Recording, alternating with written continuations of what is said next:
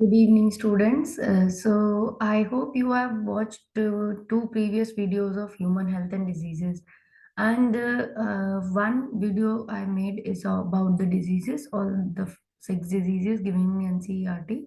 And the second video which I made was about the allergy, immune system, and autoimmunity. I hope you have watched those. And now, I'm going to share the screen of the next topics, which is AIDS and the mechanism of the retrovirus, how it replicates, and what is the life cycle of that virus. So I'm going to share the screen now. Let's complete that portion, and then we will be studying about the cancer and the next upcoming topics. So once we have finished with this HIV, and then we will be studying about the next topics.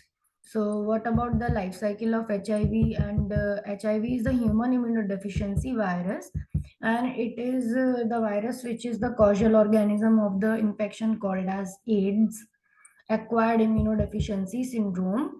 Because we know that there are two types of immune system, the innate and the acquired immune system. So this is the deficiency of acquired immune system. So then the virus, HIV is a retrovirus. That means it has RNA genome. And now you are about to study the slide of the AIDS, acquired immunodeficiency syndrome, AIDS. Disease is caused due to the deficiency of immune system. Disease or syndrome acquired during the lifetime of an individual, indicating that it is not a congenital disease. So it is acquired during the life of the individual, and it is not a genetic disease. So this is the point which is given. Firstly reported in 1981, and the last 25 years 25 million persons were killed. So सबसे पहला case इसका ads का 1981 में report किया गया था, और पिछले 25 सालों में 25 मिलियन लोग किल हो चुके हैं इससे, और हमेशा ही इसका नंबर बढ़ता जा रहा है कम्युनिटीज में। कॉजेटिव ऑर्गेनिज्म जो है human immunodeficiency virus HIV retro virus के थ्रू फैलता है, दैट इज RNA वायरस है HIV। And having RNA genome enclosed in by a protein coat, इसके अंदर RNA जो इसका जेनेटिक मटेरियल होता है वो एक कोर के अंदर, रेट्रोवायरस की कोर के अंदर, प्रोटीन कोट के अंदर जिसे कोर कहते हैं, उसके अंदर रहता है। यहाँ पर आप डायग्राम में देख पा रहे होंगे कि रेड कलर का RNA है, ये रेड कलर का, this one is RNA। And इसके अंदर ब्लू कलर की क्या है, यहाँ पर एक रिवर्स ट्रांसक्रिप्टेज एंजाइम बताई हुई है। RNA को येलो कलर के कैप्सिड के अंदर, ये बाहर वाला जो कैप्सिड है, ये सेंटर में जो है ये कैप्सिड है, इसी को प्रोटीन कोट कह रहे हैं। इसके अंदर रेड कलर का RNA रेट्रोवायरस का जीनोम है। एंड देन आप देख रहे हो कि there there is viral envelope which is the circular envelope, जो इसके बाहर से इसको कवर कर रही है, और उस एनवलप में कुछ ग्लाइकोप्रोटीन भी लगे हुए हैं, आप यहाँ पर देख पा रहे हो। वायरल एनवलप में ग्लाइकोप्रोटीन्स लगे हुए हैं। These glycoproteins of HIV virus help the virus to get attach to the host cells. Host cells के अंदर इसे अटैच करने के लिए एबल बनाता है ये glycoprotein. And now we will come to the next slide. Retrovirus means ऐसे वायरसेस जो कि जिनका जेनेटिक मटेरियल RNA होता है, RNA जीनोम होता है, उनको रेट्रोवायरसेस कहते हैं। मोड्स ऑफ ट्रांसमिशन, किस तरह से फैलता है ये? Sexual contact with infected persons, लोगों जो सेक्सुअल कांटेक्ट कर लेते हैं किसी HIV पॉजिटिव इंडिविजुअल से, तो उनको हो सकता है। By transfusion of contaminated blood and blood products, अगर कोई ब्लड ट्रांसफर कर ले ऐसे पॉजिटिव पर्सन से, तो उसको भी हो सकता है। By sharing infected needles, needle अगर कोई शेयर करे, इंट्रावेनस ड्रग अब्यूजर कोई हो, तो इस तरह से भी फैल सकता है by sharing infected needles as in the case of intravenous drug abusers and from infected mother to child। और कोई अगर मदर इन्फेक्टेड है तो उससे उसके बेबी को जा सकता है ये HIV का infection. Individual with multiple sexual partner, ऐसा पर्सन जो कि मल्टीपल पार्टनर्स के साथ इन्वॉल्व रहता है। ड्रग एडिक्ट्स जो ड्रग इंट्रावेनसली लेते हैं। Individuals who are repeated blood transfusions and children born to HIV infected mother, high chance of AIDS, इनके हाई चांस होते हैं एड्स कैच करने के। Cause of HIV infection body fluids, only not by touch और physical contact. Body fluid transmission ही हमेशा इसका cause बनता है। ड्रग सिर्फ टच और फिजिकल कॉन्टैक्ट से नहीं फैलता। इट टेक फ्यू मंथ्स और few years, 5 to 10 years between infection and appearance of AIDS symptoms. तो 5 से 10 साल लगते हैं जब इन्फेक्शन कोई कैच करता है और सिम्टम्स उसको आते हैं तो 5 to 10 years लग जाते हैं। Mechanism of action and replication, HIV की किस तरह से लाइफ साइकिल होती है पॉइंट्स में दी हुई है। HIV एक RNA वायरस है। It is structure include identical RNA strand, reverse transcriptase which is are enclosed in the protein coat। इसके स्ट्रक्चर के अंदर आइडेंटिकल RNA के स्ट्रैंड होते हैं जो कि प्रोटीन कोट के कैप्सिड के अंदर हैं। Target cell of HIV macrophages and T helper cells इनके टारगेट सेल्स हैं, यानी कि इसके अंदर पर्टिकुलरली HIV का वायरस रेप्लिकेट करेगा। HIV first binds to the receptor on the host macrophage where fusion of HIV take place. HIV सबसे पहले इनके रिसेप्टर्स पर ही, मैक्रोफेजेस के रिसेप्टर्स पर आकर अपने ग्लाइकोप्रोटीन से अटैच होता है और उसकी फ्यूजन हो जाती है मैक्रोफेज में। HIV RNA और viral RNA released into the cytoplasm, macrophage के सेल के साइटोप्लाज्म में वायरल RNA चला जाता है। देन रिवर्स ट्रांसक्रिप्टेज एंजाइम भी साथ में जाती है, तो रिवर्स ट्रांसक्रिप्टेज इस वायरल RNA को डबल स्ट्रैंडेड DNA में कन्वर्ट कर देती है and viral DNA enters host nucleus and integrate with the host DNA transcription. Viral DNA अब जो बन गया वायरल DNA वो होस्ट न्यूक्लियस के DNA में जाकर अटैच हो जाता है और नया RNA बनने लगता है वायरल जीनोम से। And some translate into cytoplasm to new viral protein, और कुछ वायरल प्रोटीन्स भी यहाँ पर क्रिएट किए जाते हैं। Viral protein and RNA moves to the surface of the cells and bud off as new HIV। Viral protein capsid में अपने वायरल RNA को पैक करता है। पैकिंग के बाद the viral proteins are released and they are released out, new viruses are released out. So they target helper T cells, so macrophages act as a factory of the HIV and when जब macrophages से उनका release होता है तो अब वो T lymphocytes में जाकर रेप्लिकेट होंगे, वहां पर प्रोजेनी वायरस बनाएंगे जिससे टी लिम्फोसाइट्स का भी नंबर कम हो जाएगा। यहाँ पर हम इस लाइफ साइकिल को देख पा रहे हैं जैसे कि डायग्राम में आपको दिख रहा है कि HIV वायरस GP120 ग्लाइकोप्रोटीन से CD4 रिसेप्टर से जुड़ गया है एंड CCRS और CXCR4 भी रिसेप्टर्स होस्ट सेल पे लगे हुए हैं। ये एसोसिएट करते हैं CD4 एंड CCRS रिसेप्टर्स इसको अटैच होने में। इसकी एनवलप देन थर्ड स्टेप में आप देख रहे हो एनवलप फ्यूज हो चुकी है और कैप्सिड अंदर आ गया है। कैप्सिड के अंदर आने से ये रेड कलर का जो वायरल RNA है और रिवर्स ट्रांसक्रिप्टेज की मदद से ये वायरल DNA में कन्वर्ट होगा येलो कलर के। तो यहाँ पर आप देख रहे हो वायरल DNA बन चुका है और इंटीग्रेज एंजाइम इसके ऊपर लगी हुई है। तो इंटीग्रेज एंजाइम का वर्क है कि वो होस्ट के DNA में न्यूक्लियस में एंटर करवाएगी इस वायरल DNA को और यहाँ पर इसने अटैच करा दिया है। तो integrase enzyme attaches the viral DNA into the host DNA। you can see host DNA के ब्लू कलर का होस्ट का DNA है, उसके अंदर ये वायरल DNA इंटीग्रेट हो गया है। And now whenever the host DNA will be doing transcription translation, the viral proteins will also be formed, the viral RNAs will also be formed। तो RNA रेड कलर के दोबारा से बन गए। New viral RNA is used as genomic RNA to make viral proteins.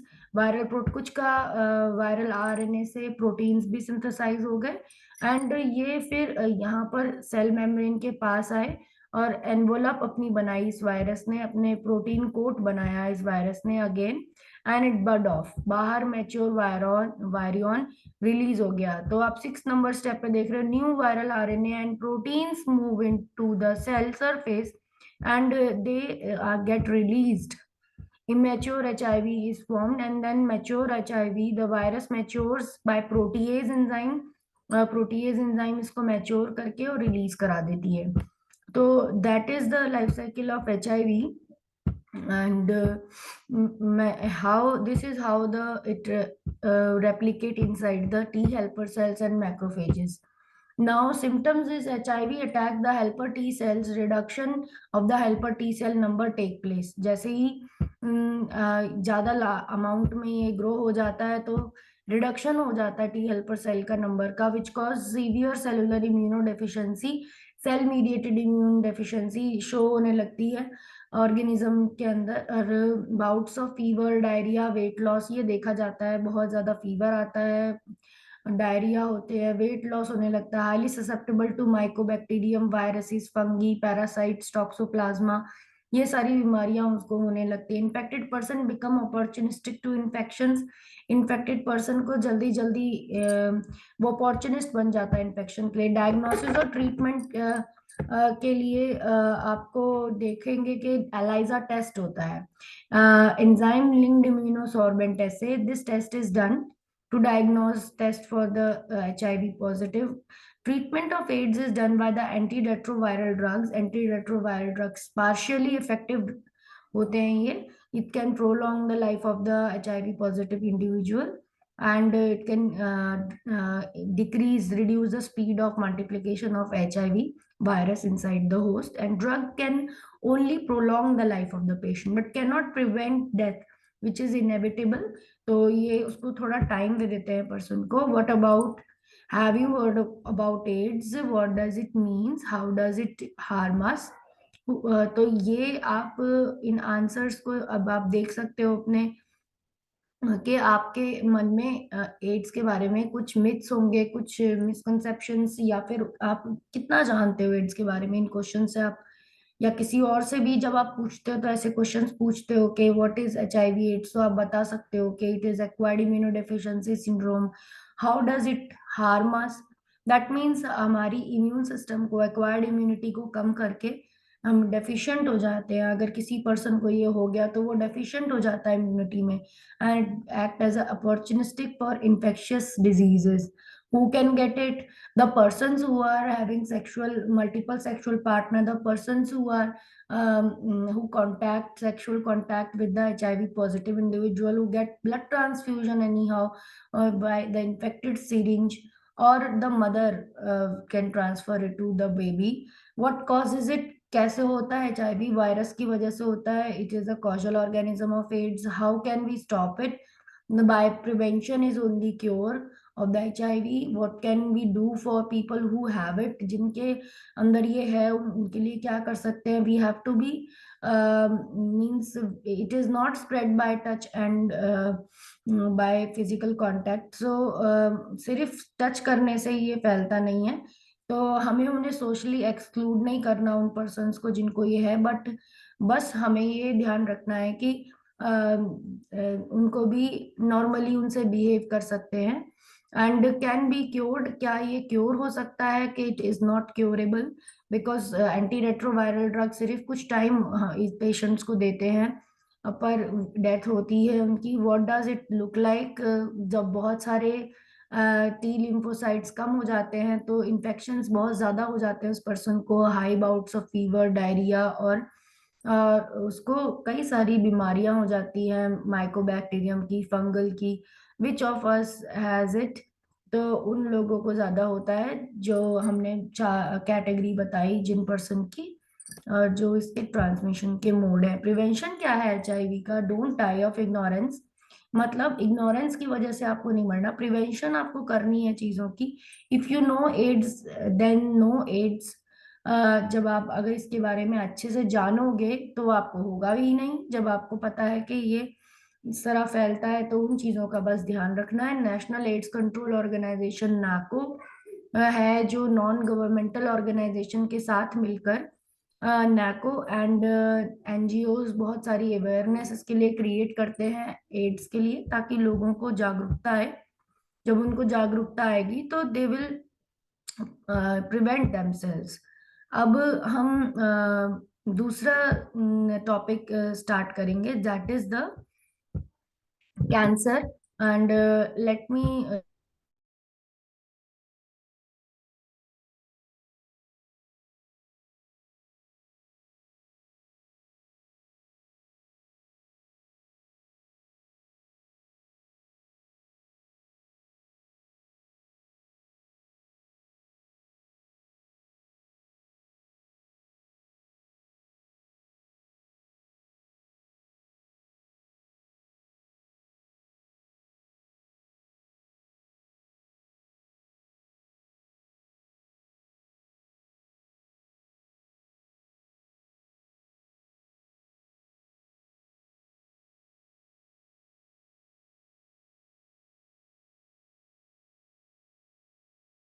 I hope the screen is visible to you.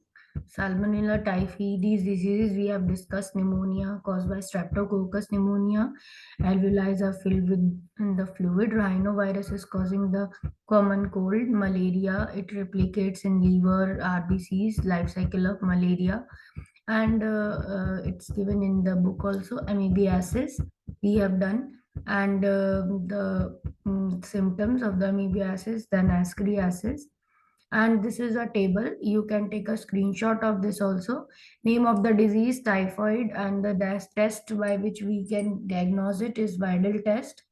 Organism is Salmonella typhi. Symptom is sustained high fever, weakness, stomach pain, constipation. And the effects is the intestinal perforation. Death also can occur in severe case, pneumonia. So I want you to take the screenshot of this table, so that आपके ये exam में आए तो आपको समझ में आए. Let me resize it so that you know all the organisms. So I hope now you can take screenshot and you can write this in your notes. You can learn it so that एक बार में आपको ये mind map रहे कि कौन से organism की कौन सी डिजीज कौन सा ऑर्गेनिज्म से होती है, और सिम्टम्स क्या हैं और इफेक्ट्स क्या हैं. Now next, immunization, immunity, overall ability. There are two types of immunity: innate and acquired. Innate immunity, components of second line of defense. Acquired immunity, T cells और बी सेल्स से ये difference between है. T cells और B cells का you can take a screenshot of this as well, because this is important. B cells bone marrow में differentiate होते हैं, T cells thymus में डिफ्रेंशिएट होते हैं. They attack by invading the cells by secreting antibodies. They attack directly and the antigens and kill the antigens. They have short lifespans. They have long lifespans. They become active and multiply to form plasma memory cell. They differentiate into T helper, T cytotoxic, TC, TH and TS. Diagram भी दिया हुआ है. B sales के ऊपर antibody दिखा रखी है. T cells के ऊपर टी सेल रिसेप्टर्स है. Attack invader inside the cell and attack invaders outside the cell. B cell outside attack करता है, टी सेल इनसाइड अटैक करता है. बनते दोनों बोन मैरो में ही है, पर टी सेल्स मैच्योर होने के लिए थाइमस में जाते हैं. एंड स्टिमुलेशन, एंटीजन से स्टिमुलेट होके ये इफेक्टर सेल्स बनाते हैं. एंटीजन और एंटीबॉडी के बीच में डिफरेंस आपको उसका भी आप स्क्रीनशॉट ले सकते हो. एंटीजन क्या है, एंटीबॉडी क्या है? They are foreign particles which induce the formation of antibodies. ऐसे स्ट्रक्चर्स जो बैक्टीरिया के सरफेस प्रोटीन है, आप नीचे डायग्राम भी देख रहे हो, जिन्हें एंटीबॉडी क्या करती हैं, अटैच होती हैं, उन्हें न्यूट्रलाइज करती हैं, उन्हें एंटीजन कहते हैं. एंटीबॉडी क्या है? ग्लोबुलर प्रोटीन है जो कि रिस्पॉन्स के लिए, एंटीजन के लिए रिस्पॉन्स देने के लिए बनाई जाती हैं। एंटीजन लो मॉलिक्यूलर वेट होते हैं जबकि एंटीबॉडी हाई मॉलिक्यूलर वेट होती हैं। नीचे आप देख रहे हो सर्कुलर एंटीजन्स को कैसे एंटीबॉडीज ने पकड़ रखा है। ये जो छोटे छोटे से ये सरफेस पे राउंड राउंड स्ट्रक्चर्स बने हुए हैं, ये एंटीजन है। तो अगर ये जो बैक्टीरियाज हैं, स्टेफिलोकोकस राउंड बैक्टीरियाज, तो बैक्टीरिया के सरफेस पे बहुत सारे एंटीजन्स हैं जो येलोइश ऑरेंज कलर के दिख रहे हैं। उनको ही देखो, आप देखो कॉम्प्लीमेंट्री एंटीबॉडीज, राउंड शेप की एंटीबॉडीज उन्हें न्यूट्रलाइज कर रही हैं, उन्हें पकड़ रही हैं। Is it clear? I hope it is clear to you. Now, next is structure of antibodies. Antibody का structure हमने revise किया है, NCERT में दिया हुआ है, and you have to learn this structure. Active immunization, passive immunization, you know, and you can take screenshot. Antibodies host में बनती हैं तो एक्टिव इम्यूनाइजेशन होता है, स्लो टाइम टेकिंग रिस्पॉन्स है ये। Passive immunity, readymade antibody directly अगर दी जाए तो body given to protect the body, it is fast and act quickly in response to pathogen. Introduce pathogen के लिए क्विकली रिस्पॉन्स देती है। लिम्फोइड ऑर्गन्स बता रखे हैं। B cell immunity, blood borne, physical barrier, T cell immunity, these are given. You can take screenshot if you want to take. Then immune system के cells, organs बताए हुए, vaccination, allergies and AIDS that we have described is given, and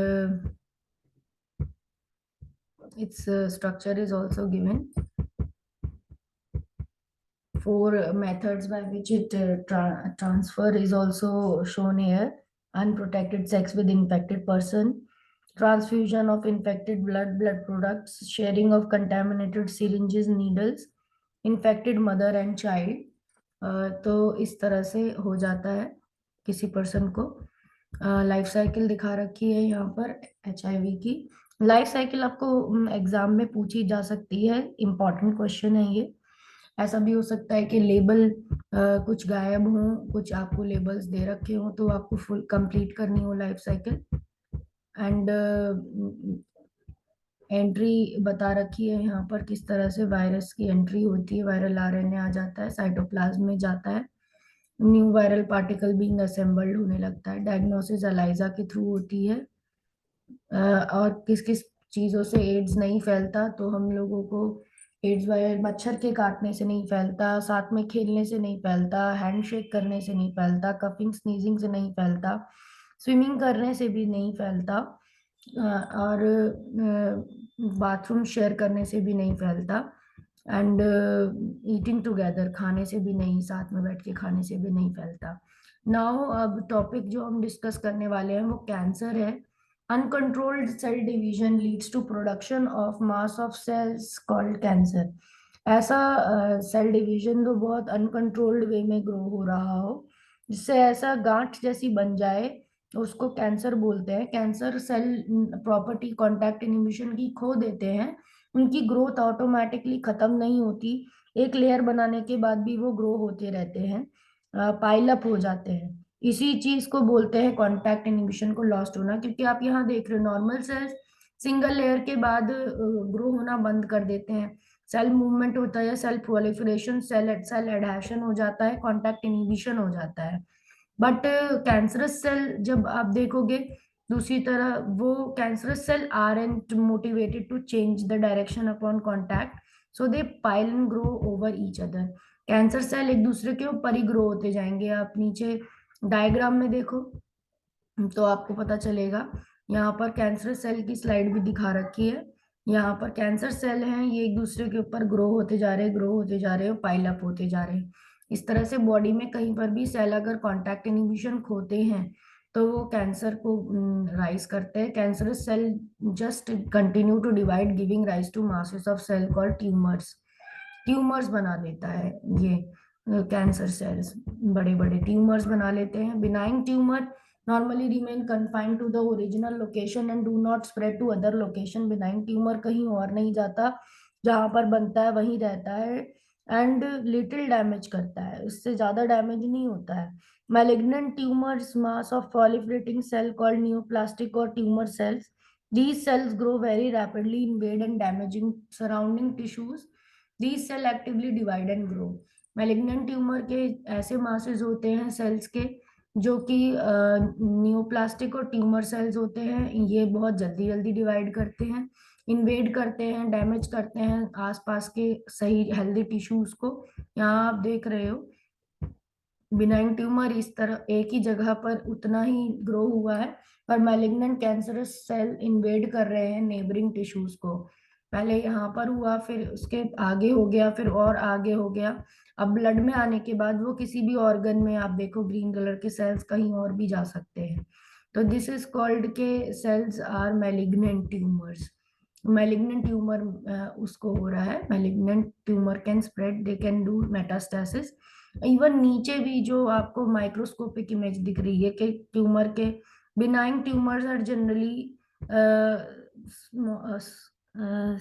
cell self contained होते हैं, वो एक जगह रहते हैं and have a wide well defined perimeters. उनका पेरीमीटर बिल्कुल डिफाइन होता है. They grow slowly expanding outward from a central mass, और वो बाहर की तरफ ग्रो होते हैं. They are dangerous when compressed surrounding tissue. जब वो डेंजरस होते हैं जब आसपास के टिश्यू को ये कंप्रेस करने लगे. Benign tumour need near a blood vessel could restrict the flow and impair the digestion in the brain, could cause paralysis. Brain में अगर ये ट्यूमर हो गया तो ये ब्लड फ्लो को भी क्या करेगा, रोकेगा ब्रेन में, जिससे पैरालिसिस हो सकती है.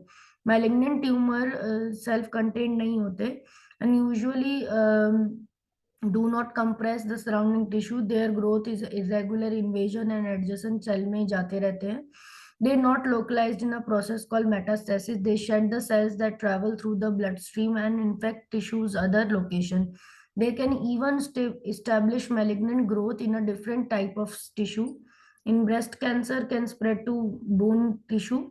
तो ब्रेस्ट कैंसर बोन टिश्यू में भी चला जा सकता है. बिनाइन और मैलिग्नेंट का डिफरेंस बिटवीन बता रखा है. Slow growing benign and fast growing malignant, capsulated benign, non-capsulated malignant. Non-invasive is benign and it also do not metastasize, and invasive and infiltrate is and metastasize is shown by the malignant. Well defined suffix oma fibroma. इसका suffix जो benign का होता है उसमें ओमा लगा रहता है, तो ये एक जगह रहने वाला ट्यूमर है फाइब्रोमा. और इसमें सफिक्स कार्सिनोमा लगा रहता है और सार्कोमा लगा रहता है. तो ये मैलिग्नेंट टाइप के ट्यूमर होते हैं जो कार्सिनोमा और सार्कोमा होते हैं. ये they can spread. Causes of cancer: normal cell transformed into cancerous cell, neoplastic cells by physical, chemical, biological agents. These agents are called carcinogens. तो कॉजल और कॉजेस कैंसर के कार्सिनोजेंस हैं, चाहे वो बायोलॉजिकल एजेंट्स हो, चाहे वो फिजिकल एजेंट्स हो, चाहे वो केमिकल एजेंट्स हो. ऐसे एजेंट्स जो कि कैंसर कर रहे हैं उन्हें कार्सिनोजन कहा जाता है. Physical agents: ionising radiations like X-ray, gamma rays. Non ionising radiation, UV rays. Physical agents में रेज आती हैं तरह तरह की, जैसे कि एक्स रेज, गामा रेज. ये नॉन आयोनाइजिंग रेडिएशन हैं. एक्सरे भी आयोनाइजिंग रेडिएशन है, गामा रेज भी रेडिएशन है. नॉन आयोनाइजिंग रेडिएशन है यूवी रेज. सो इन रेज से कैंसर होता है. यूवी रेज से तो आप जानते ही हो स्किन कैंसर हो सकते हैं. Chemical agents: tobacco smoke, sodium azide, methyl ethane sulphonate. ये अब कुछ केमिकल्स हैं जो कि कैंसर करते हैं. एंड आगे हम देखेंगे biological agents: cancer causing viruses. ऐसे वायरसेस जो कैंसर करते हैं, ऑन्कोजेनिक वायरसेस इनको हम कहते हैं, और वायरल ऑन्कोजीन्स इनके पास होती हैं. ये इंड्यूस करते हैं transformation of neoplastic cells. So neoplastic cells के को चेंज कर देते हैं नॉर्मल सेल्स को. सेलुलर ऑन्कोजीन्स यानी सी ऑन्क और प्रोटो ऑन्कोजीन्स नॉर्मल सेल्स में होती हैं. जब एक्टिवेट हो जाती हैं तो ऑन्कोजेनिक ट्रांसफॉर्मेशंस कर देती हैं नॉर्मल सेल्स के। एंड आगे हम देखेंगे कैंसर डिटेक्शन एंड डायग्नोसिस, कैसे हम कैंसर का डिटेक्शन कर सकते हैं। Biopsy, histopathological studies, radiography such as X ray, CT scans, computerised tomography, MRI, magnetic resonance imaging, presence of antibodies, ये कुछ यहाँ पर आप देख रहे हो कि टिश्यू फ्लूइड लिया जा रहा है, बोन का सैंपल लिया जा रहा है, हो सकता है बोन कैंसर डिटेक्ट करना हो।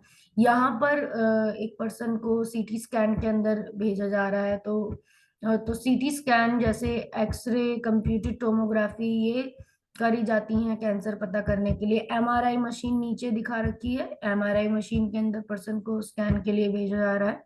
एंटीबॉडीज, मॉलिक्यूलर डायग्नोसिस की बात हो रही है यहाँ पर, कि मॉलिक्यूलर डायग्नोसिस से भी कैंसर डिटेक्ट हो सकता है, होता है। And treatment of cancer, surgical treatment किस तरह से हम कर सकते हैं। Surgical cancer tissues are surgically removed. Surgical treatment क्या करता है, कैंसर टिश्यू को इंसाइज करके वहां से कट आउट करके बाहर निकाल देता है ऑपरेशन के थ्रू। रेडियोथेरेपी क्या कर सकती है, tumour cells are irradiated lethally by radiation. बहुत सारे रेडिएशन उसको डाली जाती हैं ट्यूमर सेल्स को, जिससे वो रेडिएशन से उसके डीएनए डैमेज होके वो मर जाता है। Chemotherapy, drugs are use to kill the cancers, दवाइयां दी जाती हैं पेशेंट को बहुत सारी, और इनसे वो कैंसर सेल्स को मारते हैं दवाइयों से। साइड इफेक्ट है कि हेयर लॉस और अनीमिया देखा जाता है इन पेशेंट्स में। इम्यूनोथेरेपी, इम्यूनोथेरेपी एक ऐसी ट्रीटमेंट की थेरेपी है जहां पर बूस्टिंग द इम्यून सिस्टम को बूस्ट किया जाता है ताकि वो कैंसर के सेल से लड़ सके। And cryo surgery, laser therapy, alpha interferon और response modifier use to detect the cancer. Alpha interferon immune therapy में भी दिया जाता है। ये मॉडिफायर है जो कि डिटेक्ट करता है कैंसर को और हेल्प करता है ओवरकम करने के लिए। अब ड्रग और अल्कोहल अब्यूज हम दूसरे वीडियो में करेंगे। आज हमने समझा HIV एड्स, उसके सिम्टम्स, उसका spread, mode of spread, life cycle and cancer के बारे में समझा, उसके टाइप्स के बारे में समझा, डिटेक्शन के बारे में समझा, बाय उसके एजेंट्स, कार्सिनोजेंस के बारे में, types of cancer. So with this I would like to end the session here. I hope you all have understood the topics, HIV and cancer both. These are important topics from board point of view. So you have to learn them, make the notes wherever you want. You can pause the video and can write the notes, important notes, make the diagrams. So all the best for your exams. Like, subscribe my channel. Thank you.